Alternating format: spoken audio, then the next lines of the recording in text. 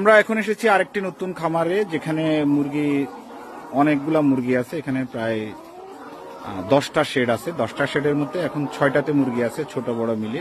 প্রতি ঘরে আপনার 2500 করে মুরগি থাকে এখানে। এটিও টাঙ্গাইলে অবস্থিত একটি খামার।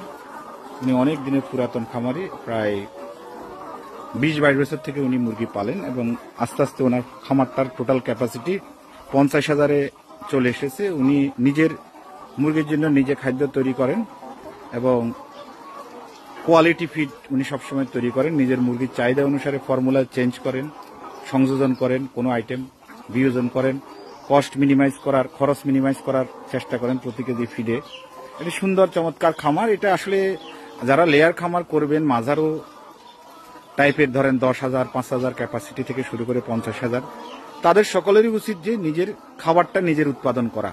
কারণ আপনি কমার্শিয়াল ফিডটা বাজার থেকে কিনলে সেই ফিডে আসলে কত টাকা গুণ আছে আপনি জানেন না। তাহলে আপনার মুরগির চাহিদা কি, আপনার লেয়ারের চাহিদা কি, আপনি সেটা জানেন না। না জেনে আপনি সেই ফিডটা খাওয়াচ্ছেন। আপনার এনার্জি চাহিদাটা পূরণ হচ্ছে কিনা, প্রোটিন চাহিদা বা অন্যান্য ভিটামিনের চাহিদাটা পূরণ হচ্ছে কিনা, যে আপনার কত পার্সেন্ট ডিম দিচ্ছে সেই হিসাবে এনার্জি আছে কিনা, আপনি নিশ্চিত না।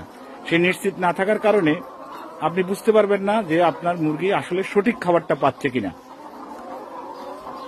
এজন্য আমার মনে হয় যে সকলের উচিত যে বাংলাদেশের বর্তমান প্রেক্ষাপটে যারা মাঝারি খামারি আছেন, 5,000 থেকে শুরু করে 50,000 পর্যন্ত, তারা নিজেদের ফিড নিজেদের বানানো উচিত।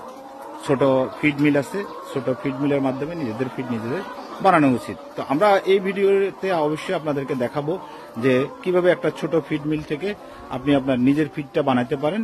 সেই ফিড থেকে আপনি লাভবান হতে পারেন কোয়ালিটি ফিডের মাধ্যমে, এবং মুরগির প্রোডাকশন যেন কোনোভাবে ব্যাহত না হয় তার জন্য আপনি সকল ব্যবস্থা গ্রহণ করতে পারেন, নিজের ফিড বানানোর উদ্যোগ নিতে পারেন।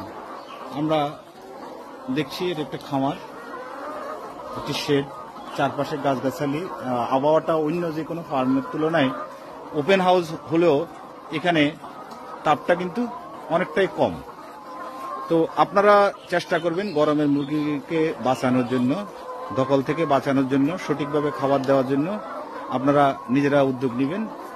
আশা করি আমাদের ভিডিওগুলো আপনাদেরকে হেল্প করবে। ছোট ছোট তথ্য উপাত্তগুলো দিয়ে আমরা সহযোগিতা করার চেষ্টা করছি।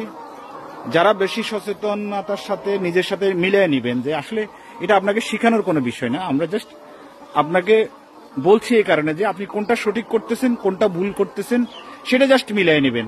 আমাদের ভিডিওগুলা শেয়ার করার উদ্দেশ্য হচ্ছে সেটা। কারণ নলেজ তো আসলে অবারিত, নতুন নতুন প্রযুক্তি, নতুন নতুন চিন্তা, নতুন নতুন উৎপাদন কৌশল আমাদের সামনে চলে আসতেছে। আমরা সেটার মাধ্যমে আমাদের সামনের দিনগুলোতে মুরগি পালার চেষ্টা করব। ধন্যবাদ।